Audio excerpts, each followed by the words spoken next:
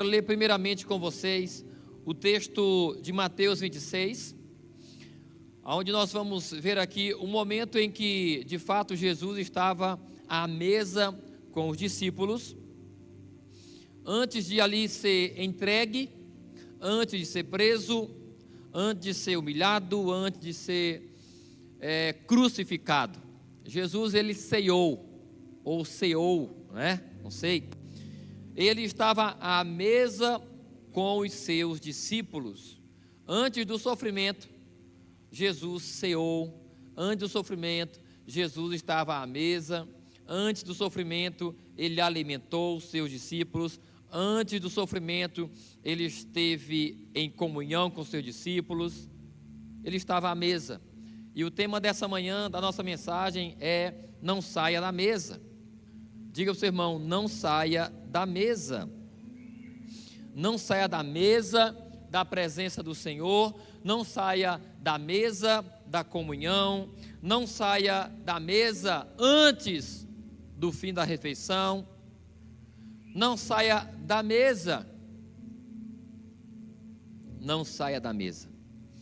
E aqui, o versículo 17 em diante vai dizer assim: no primeiro dia da festa dos pães sem fermento, os discípulos dirigiram-se a Jesus e lhe perguntaram: onde queres que preparemos a refeição da Páscoa?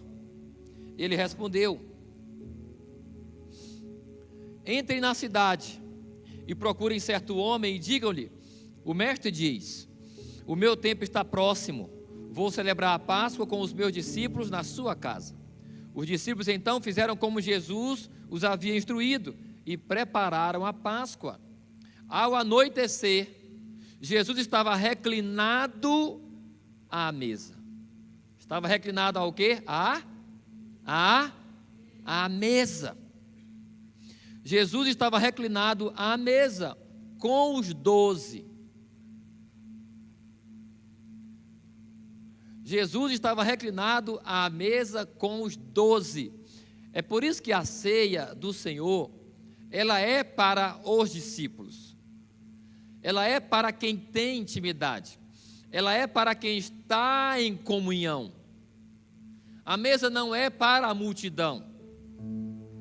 A mesa não é para os que estão no mundo. A mesa da presença, a ceia do Senhor, ela é para a igreja, para os íntimos, para os que estão perto. Para os que estão perto. Ao anoitecer, Jesus estava reclinado à mesa com os 12. Enquanto comiam, ele disse: em verdade lhes digo que um de vocês me trairá. Olha como Jesus começa aquele momento, que era um momento muito especial. Foi um momento preparado. Momentos especiais, eles são momentos preparados. Quando nós preparamos algo, nós valorizamos. Ele diz para os discípulos irem até a cidade, falarem com certo homem, prepararem o ambiente num certo lugar. E ali estava com certeza a mesa. Eu tenho certeza que, não vou dizer que tenho certeza, né? Talvez não estivesse assim, mas talvez estivesse até melhor, mais bonito. Eu acho que estava mais bonito. Não estou dizendo que está feito, não. Mas lembrando da grandeza, né? E de quem era Jesus, os detalhes. Que privilégio os discípulos tiveram de andar com Jesus. Então, ali eles estavam naquele momento, e Jesus começa falando algo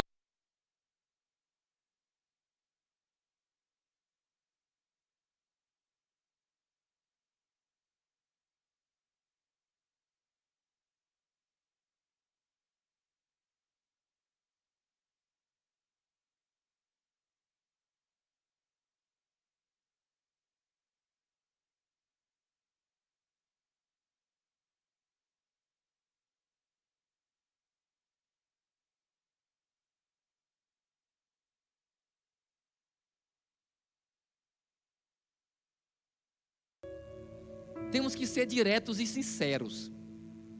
Aqui é abrindo um parêntese, uma característica de Jesus. Ele era direto. Então, só tinha 12, ele disse, só um de você vai me trair. Só que ele não tinha falado disso ainda. É a mesma coisa que, tipo, eu falar aqui e dizer assim, ó,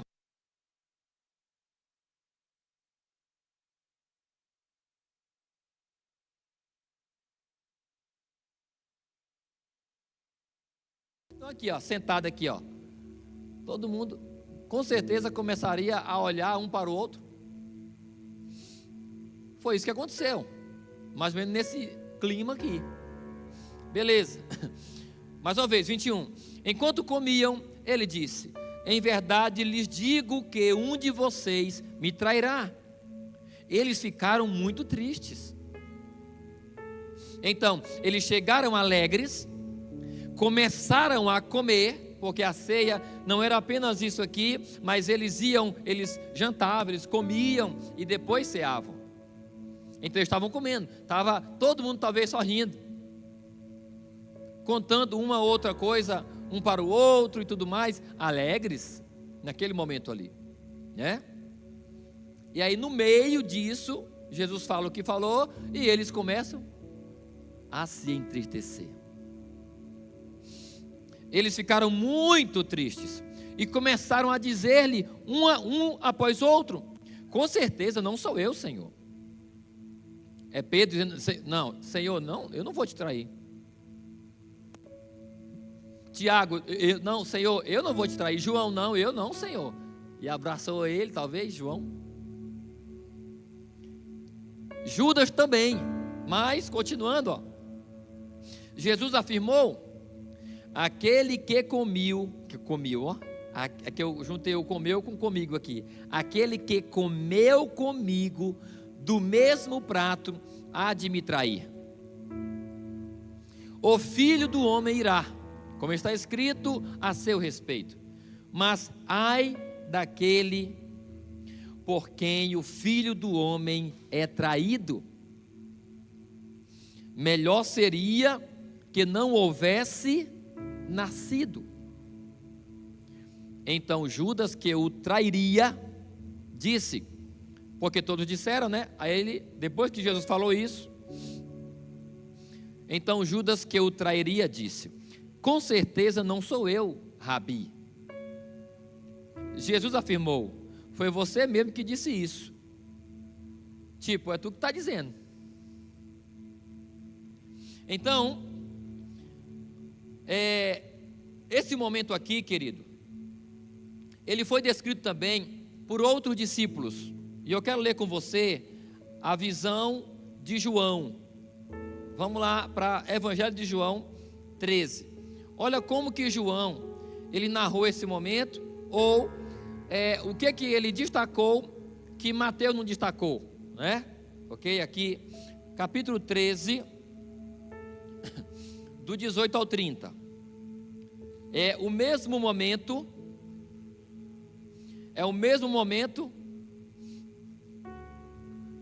descrito por João, o discípulo amado, certo? Vamos lá, para você ver aí, ó. Não me refiro versículo 18, não me refiro a todos vocês, conheço os que escolhi, mas isto acontece para que se cumpra a escritura, aquele que partilhava do pão, voltou-se contra mim. Estou dizendo isso agora, antes que aconteça, para que quando acontecer, vocês creiam que eu sou. Em verdade lhes digo que quem recebe aquele que eu enviar, recebe a mim, e quem recebe a mim, recebe aquele que me enviou. Depois de dizer isso, Jesus perturbou-se profundamente. Jesus perturbou-se profundamente. É a visão de João, discípulo amado. Ele percebeu que Jesus se perturbou. Não era à toa que João, ele era o discípulo amado. Não era à toa que ele reclinava. Ele colocava o ouvido, a sua cabeça no peito de Jesus. Ele percebeu, ó, Jesus ficou agitado, escrevendo, né? Eu vi quando ele ficou agitado.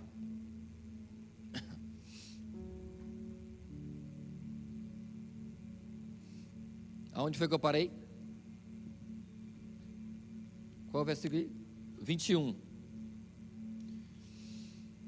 Depois de dizer isso, Jesus perturbou-se profundamente e declarou: em verdade lhes digo que um de vocês me trairá. Depois de ter se perturbado, ficar agitado, ficar entristecido. Com certeza, imaginemos nós, ele ficou perturbado, ele agitou-se ao lembrar de Judas. Só ele sabia que era Judas. E também Judas já sabia, porque Judas estava ali, mas Judas já tinha combinado, antes disso aqui, ele já tinha combinado entregar Jesus.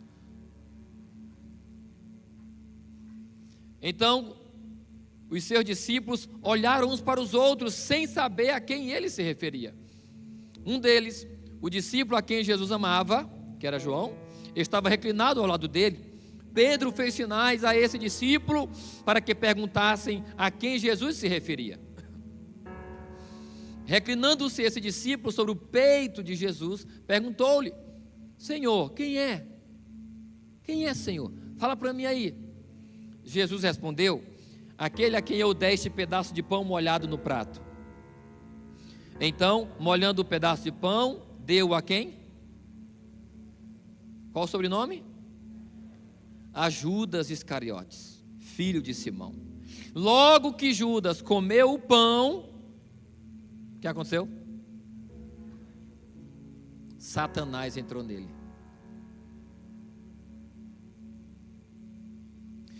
Antes de continuar, querido, nós estamos numa manhã de ceia, e aproveite cada culto, aproveite cada momento, mas eu entendo que esses momentos são especiais, e o Espírito fala além das minhas palavras aqui.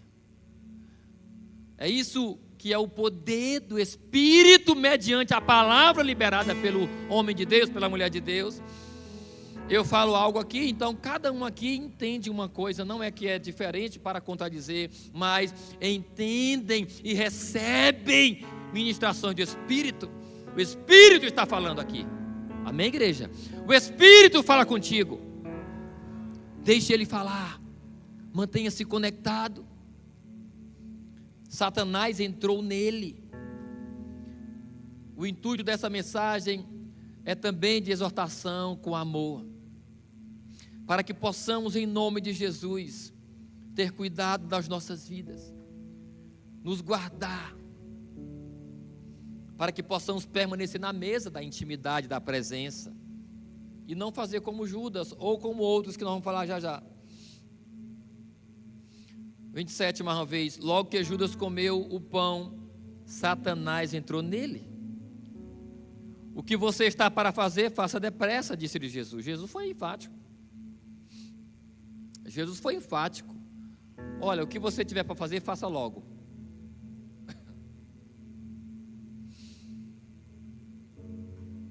(28) 28. No entanto, nenhum dos que estavam à mesa entendeu porque Jesus lhe disse isso. Porque assim, Pedro fez sinais para João pedir ou perguntar para Jesus quem era. Então, aqui naturalmente, só João sabia. Só João sabia. Porque Jesus disse para ele, não foi? Olha, aquele que eu der esse pedaço de pão molhado é esse que vai me trair. Então Jesus falou só para João. Os outros não entenderam, mas João sabia que era Judas. Por isso que quem é íntimo sabe de coisas que nem todos sabem. Por isso que quem tem intimidade com Deus sente o que nem todos sentem. Tem revelações que nem todos têm. Vai experimentar o que nem todos experimentam. Vai chegar a lugares que nem todos chegarão. Vai ter coisas que nem todos terão. Quem tem intimidade? Quem tem intimidade? Só João sabia. Versículo 29. Como Judas, o 28 mais uma vez. No entanto, nenhum dos que estavam à mesa entendeu porque Jesus lhe disse isso. Como Judas era o encarregado do dinheiro, alguns pensaram que Jesus lhe dizia que comprasse o necessário para a festa, ou que desse algo aos pobres. Aí o versículo 30. Então, assim que comeu o pão, o que Judas fez? saiu. Antes de terminar a reunião, saiu da mesa, levantou-se e foi embora. Por isso o tema da mensagem: não saia da mesa. Não saia da mesa. Mas Judas só saiu da mesa porque ele tinha intenções más. Ele só saiu da mesa porque ele já estava perdido. Antes disso, Satanás tinha entrado nele. Então, geralmente os que saem antes de terminar são os desleais.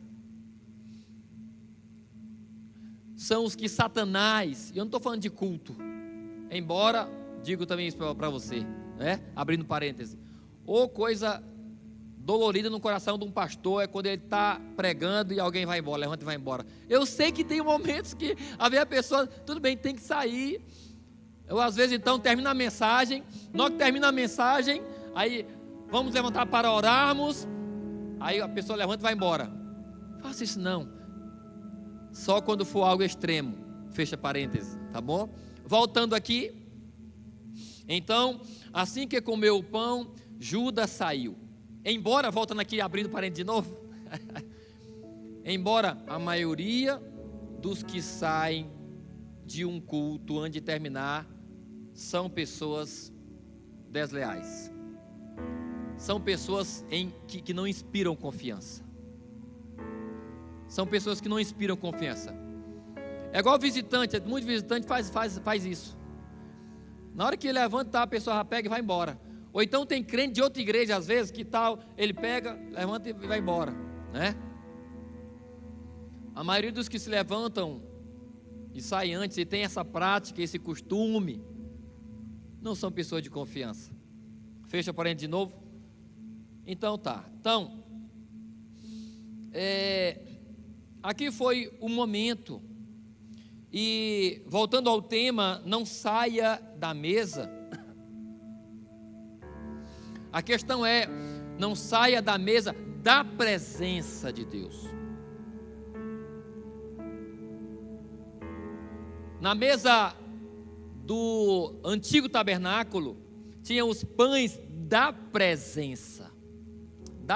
Não eram quaisquer pães. Não era. Eram os pães da presença. Eu estou falando não é de qualquer mesa.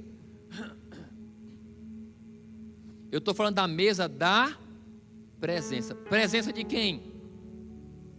De Deus.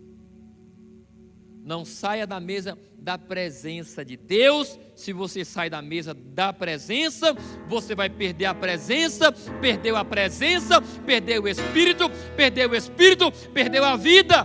Perdeu a vida, perdeu tudo, morreu, escafedeu-se, que nem dizem, acabou. Não perca. E tudo tem a ver com o que nós fazemos. Tudo que nós fazemos tem consequências. Diga assim: tudo que eu faço tem uma consequência. Nós sabemos disso há muito tempo, mas muitas vezes não observamos. Tudo que fazemos tem uma consequência. Tudo que fazemos de certo terá uma consequência combinando com aquilo que fazemos. Se é certo, a consequência será boa. Se é errado, a consequência será ruim. E eu quero falar aqui com vocês de Adão, de Caim, de Sansão e de Judas de novo no final. Eu não vou nem falar de Eva, eu vou falar de Adão. O que ele fez, o que aconteceu pelo que ele fez, o que Caim fez, qual foi a consequência, o que Sansão fez e qual foi a consequência disso, e o que Judas fez e a consequência. Nós sabemos que Adão, ele tinha ali Eva ao seu lado, e Deus tinha dado uma direção: de todas as árvores do jardim vocês poderão comer, mas da árvore do conhecimento do bem e do mal vocês não poderão comer dela. Ela é aquela ali. Você acha que Deus não falou qual era a árvore?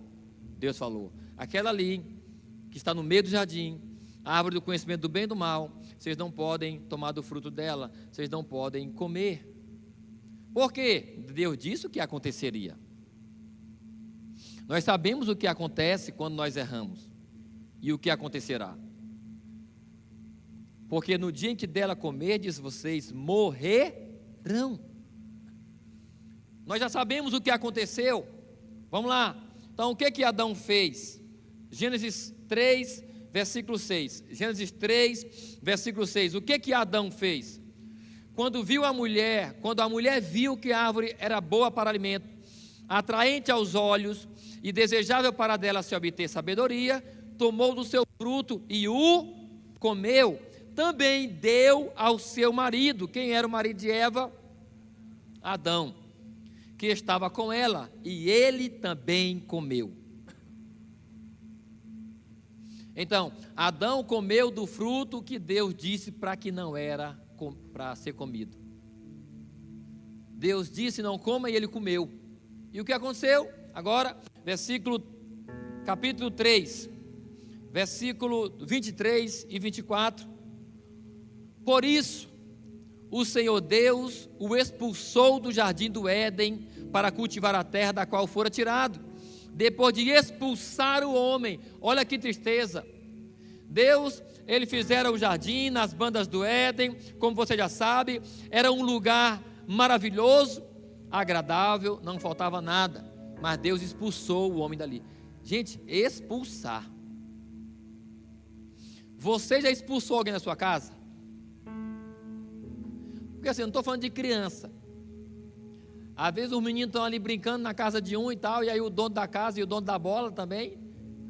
Vai-te embora da minha casa, vai-te embora da minha casa. Eu não estou falando de criança, eu estou falando de adulto. Expulsar alguém da sua casa é algo muito sério, é algo muito grave. Deus expulsou Adão do Éden. Ele perdeu o Éden e perdeu a comunhão que outrora ele tinha, natural. Deus se entristeceu com Adão e Eva, principalmente com Adão. Eu não tenho dúvidas que a maior tristeza de Deus foi com Adão, que era o cabeça, que era o líder. Ele perdeu a presença, e ele perdeu o Éden, ele perdeu a presença, perdeu a mesa. Foi agora sofrer. Ele foi cultivar o solo, do suor do seu rosto comerás. Não era para ter esse sofrimento, não era para ter esse sofrimento, não era para ter esse sofrimento, não era. Mas por causa do pecado,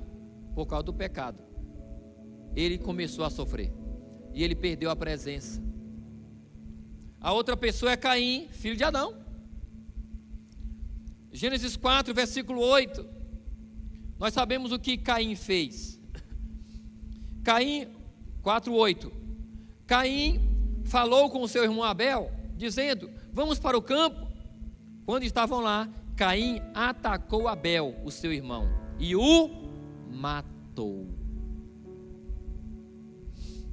Caim, ele se enfureceu, ele ficou irado, porque Deus aceitou Abel e a oferta dele, e não tinha aceitado Caim e a oferta dele. Mas Deus não castigou Caim por ele ter ofertado com o coração errado, com intenções erradas ou não adequadas, e também com algo que não era adequado. Deus não castigou Caim por aquilo ali. Deus castigou Caim porque ele matou o irmão dele. Então o que Caim fez? Matou o irmão dele. E a consequência disso, capítulo 4, versículos 11, 12 e depois 16. 4, versículo 11, 12 e depois 16. Por isso, diz o Senhor para Caim: por isso, agora você é amaldiçoado pela terra, que abriu a boca para receber da sua mão o sangue do seu irmão. Quando você cultivar a terra, esta já não lhe dará o seu fruto. Você será um fugitivo, sem rumo pela terra. Olha só que coisa grave, que coisa séria. Você será um fugitivo pela terra. Tudo isso porque ele matou o irmão dele. O 16.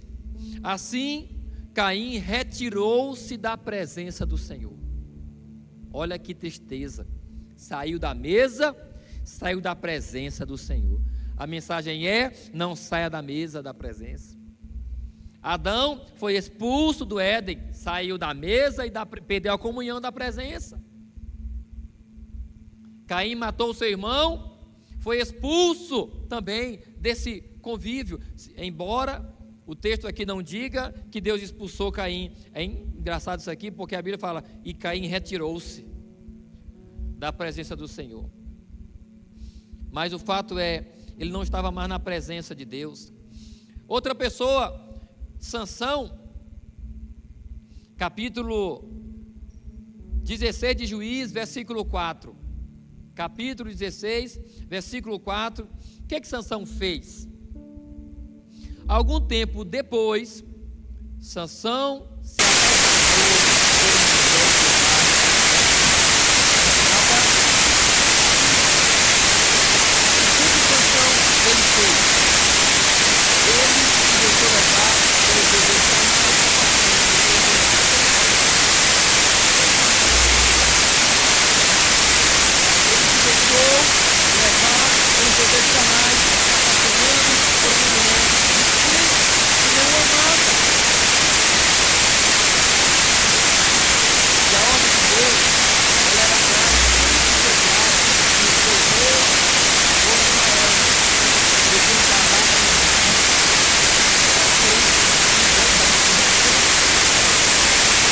exalta o Senhor por ti.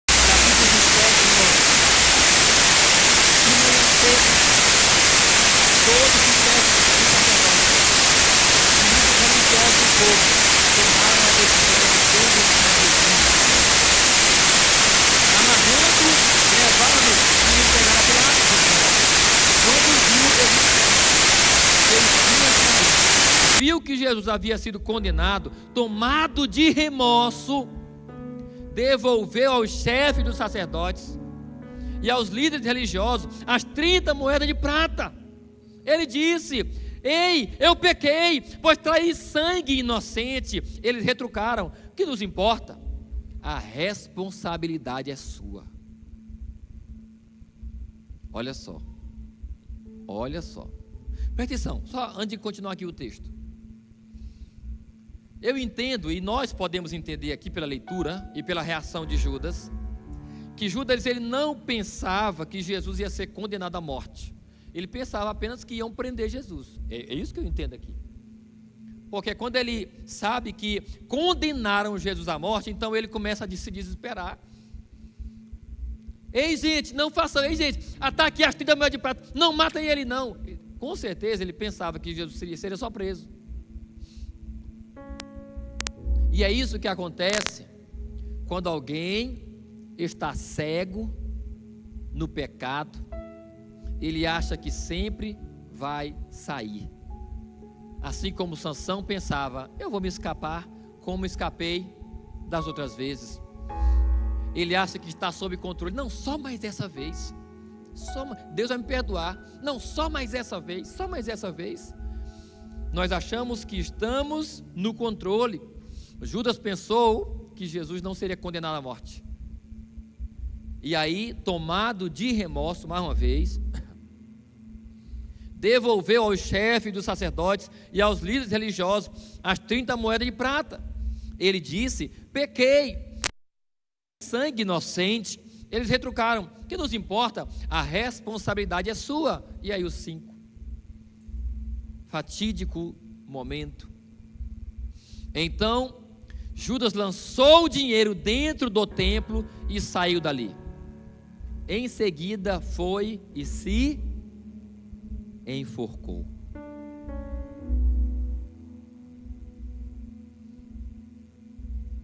Ele se enforcou, ele se suicidou, tirou a própria vida, que foi a consequência do seu erro.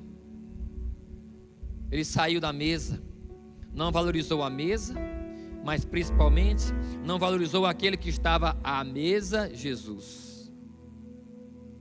Não valorizou. Deu brecha para Satanás, permitiu que Satanás entrasse em seu coração. Não percamos o temor a Deus. O temor é que nos mantém longe.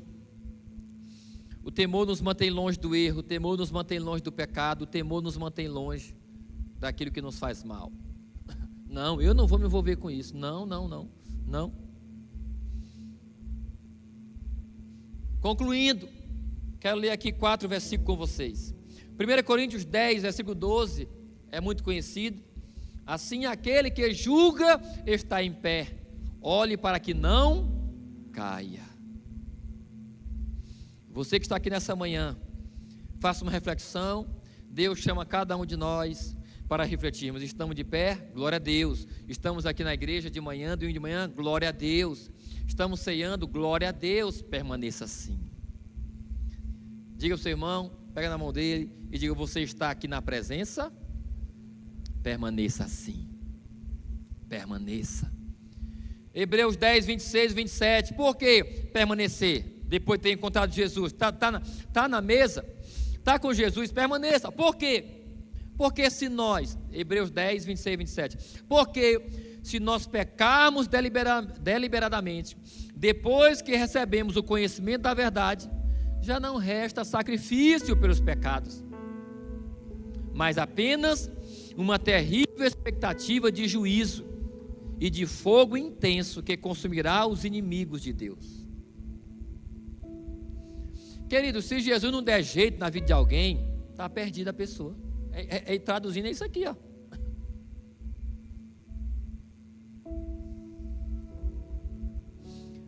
O único sacrifício que pode libertar o homem do pecado é o sacrifício de Jesus. Então, a pessoa, uma vez sendo liberta por Cristo, mas mesmo assim, depois de ser liberta por Cristo, ainda continuar pecando, então não tem mais esperança para ela. Hebreus 10, 36 ao 39. Hebreus 10, 36 ao 39 diz: portanto, vocês precisam perseverar. Não é fácil, querido. É tipo assim, ó, o ambiente aqui é preparado, nós estamos aqui ouvindo e recebendo de Deus, glória a Deus, mas vai já terminar o culto.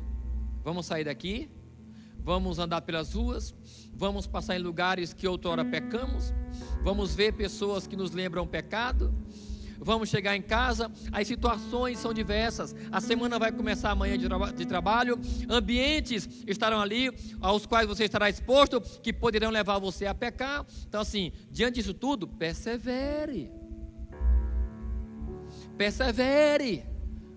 resista. Não, aqui eu estou firme, não, persevere, se guarde, se esconda na nuvem. Portanto, vocês precisam perseverar, de modo que, depois de terem cumprido a vontade de Deus, recebam o que Ele prometeu. Existe uma grande promessa para nós, da parte de Deus. O texto diz, continuando: pois em breve, muito em breve, aquele que vem virá. Diga aleluia. Aquele que vem virá e não demorará. Mas o meu justo viverá pela fé. Olha só, mas o meu justo viverá pela fé. Eu espero Ele, eu não o vejo, mas eu creio que Ele virá. Isso é fé. Mas o meu justo viverá pela fé. Contudo, se retroceder, não me agradarei dele. Se sair da mesa, não me agradarei dele. Se voltar atrás, não me agradarei dele. Se desistir, não me agradarei dele. 39. Nós, porém, não somos dos que retrocedem para a destruição, mas dos que têm fé para a preservação da vida. Não somos dos que retrocedem para a perdição, mas dos que têm fé para a preservação da vida. E o último texto, Apocalipse 3:11. Apocalipse 3:11 vai nos dizer o que? É o clássico Apocalipse 3:11. Vamos lá? Venho em breve, apegue-se ao que você tem, para que ninguém tome a sua. Coloca a mão na tua cabeça. Procura aí, está aí a coroa? Coroa está aí? Ela está aí. Quem crê que ela está aí? Você tem uma coroa? Que ninguém tome ela. Que ninguém tome ela. Não saia da presença. Ele preparou esse momento para você.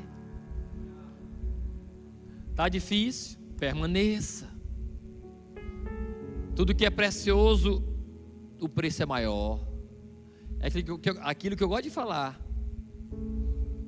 Quer comprar uma pop? Se bem que a pop já está cara. 15 mil? Uma pop? 12? Quer comprar uma pop? 15 mil reais, comprou uma pop. Mais uma Bros, 23 mil. Quer comprar um Fiat Uno? Ainda tem Fiat Uno? Novo? Tem. Sei lá, 40 mil, 50 mil, não sei. Beleza, juntou 50 mil, compra um carro popular. Mas quer comprar uma SW4? 550 mil. Senão não leva. Tudo que é mais precioso é mais caro. E a salvação? Quanto é a salvação? Tem preço a salvação? Se você rala para comprar um carro assim e se esforça para ter o que você tem aqui na terra, e nada do que você tem aqui na terra se compara à salvação, por que teu esforço, por que o nosso esforço para manter a salvação vai ser menor do que o esforço que nós temos para comprar oração, roupa, celular? Raciocina comigo. Olha o tempo gasto para você ganhar o teu salvo. Por ti, por ti, por ti. Você dá a sua vida para construir tua casa, comprar teu carro, a tua vida inteira, passando para ter um carro e uma casa. Mas nem o carro, nem a casa, e nem todos os carros do mundo, e nem todas as casas do mundo, que já foram construídas, que estão construídas, ou que serão construídas, nada disso vale mais do que a salvação. Se eu dou a minha vida me esforçando para ter o que eu tenho hoje, e nada do que eu tenho hoje vale mais do que a salvação, eu não posso me esforçar menos para manter a minha salvação. É por isso que com tudo o que tenho e com tudo o que sou. Com tudo o que tenho e com tudo o que sou, eu devo amar o Senhor para garantir minha salvação. Porque, para terminar, o que adianta o homem ganhar o mundo inteiro e perder a sua alma?